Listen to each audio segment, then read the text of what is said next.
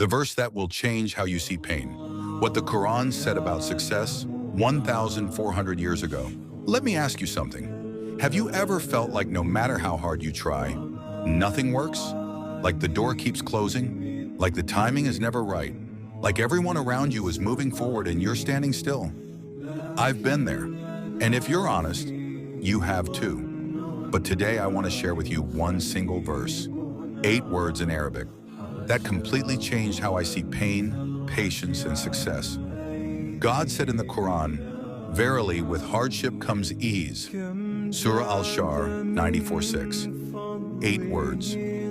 1,400 years old, and yet more powerful than any self-help book ever written. Now, most people hear this verse and think, okay, be patient, good things come, and they move on. But if you slow down, if you really read it, you'll find something that will completely rewire your brain. Notice what God did not say.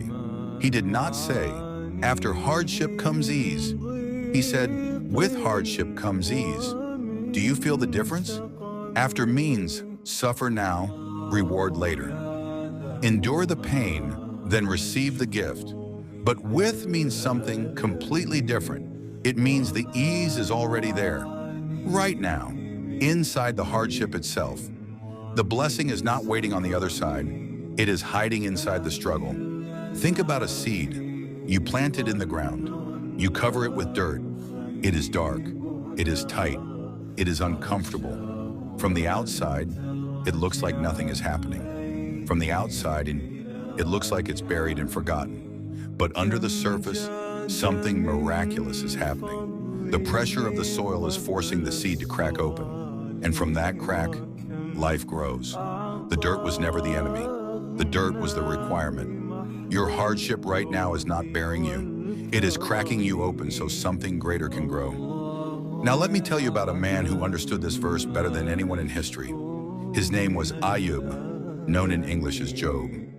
He was a man who had everything: wealth, health, family, status. And then he lost it all. His wealth disappeared. His children were taken from him. His body was struck with illness so severe that people left him. His friends abandoned him. His community forgot him. For years, he sat alone, in pain, in poverty, in darkness. Most people would have broken. Most people would have asked, where is God? Why is this happening to me?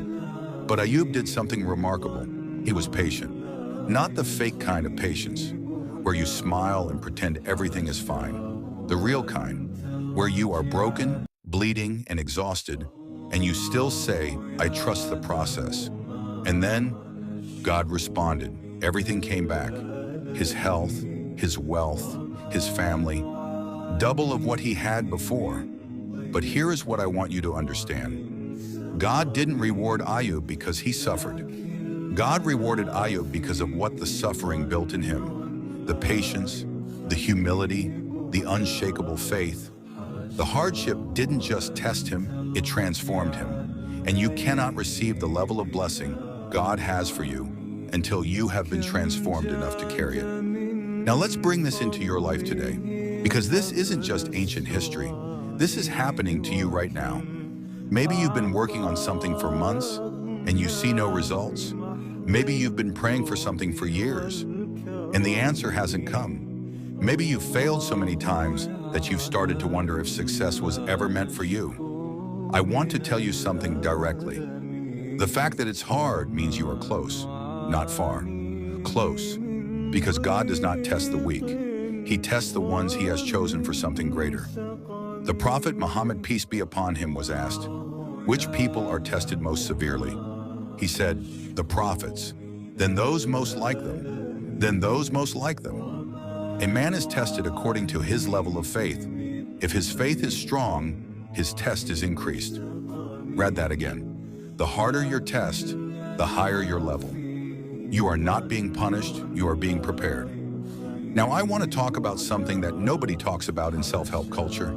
The difference between Western patience and Islamic patience. Western culture says, be patient, good things take time. Islam says something deeper. The Arabic word for patience is sabr, and sabr is not just waiting. Sabr is not passive. Sabr is not sitting quietly and hoping. Sabr is active. Sabr is continuing to move even when you cannot see the destination. Sabr is working even when results are invisible. Sabr is trusting the architect even when you cannot read the blueprint. There is a beautiful hadith. The Prophet, peace be upon him, said, "How wonderful is the affair of the believer, for his affairs are all good. If something good happens to him, he is thankful, and that is good for him. If something bad happens to him, he is patient, and that is also good for him." Did you catch that? Both situations, good and bad, are good for the believer, because the believer understands that God is writing a story that he cannot fully see yet, and every chapter, even the painful ones, are necessary for the ending. Let me give you a modern example. You've heard of the human immune system, right? When a virus enters your body doesn't retreat. It fights. It sends white blood cells to attack. It raises your temperature. It makes you feel terrible. And that feeling terrible, that fever, that pain, that exhaustion, that is not your body failing. That is your body winning. The discomfort is the healing. And when it's over, your immune system is stronger than before. It now knows how to fight that virus forever. Your hardships work exactly the same way. Every time life breaks you, you rebuild stronger. Every time you survive something you thought would destroy you, you become immune to that level of pain. You level up, not despite the struggle, because of it. So let me ask you directly, what is the hardship in your life right now that you have been trying to escape? What is the situation you have been begging God to remove from your life? What if, instead of asking God to remove it, you ask God to show you what He is trying to build in you through it? Because with hardship comes ease, not after, not eventually. With. The ease is already there. The blessing is already inside the struggle. You just have to trust the process long enough to see it. The Quran did not say, life will be easy. It did not say, if you believe, you will never suffer. It said something far more powerful. Verily, with hardship comes ease. And then, God said it twice, back to back, in the same chapter. As if He knew we would need to hear it more than once. So wherever you are right now, if you are tired, this is your ease coming. If you are broken, this is your transformation beginning. If you are in the dark, the seed is about to crack open. Don't quit. Don't give up. Don't let the hardship fool you into thinking the story is over. Because in God's story, the darkest chapter always comes right before the most beautiful one. Verily, with hardship comes ease. Quran 94:6. Be patient. Trust the process. Your ease is already on its way. If this verse touched your heart today, subscribe and share this with someone who needs it. Every week we bring you verses from the Quran that will change how you see your life. Join the family. You don't want to miss what's next.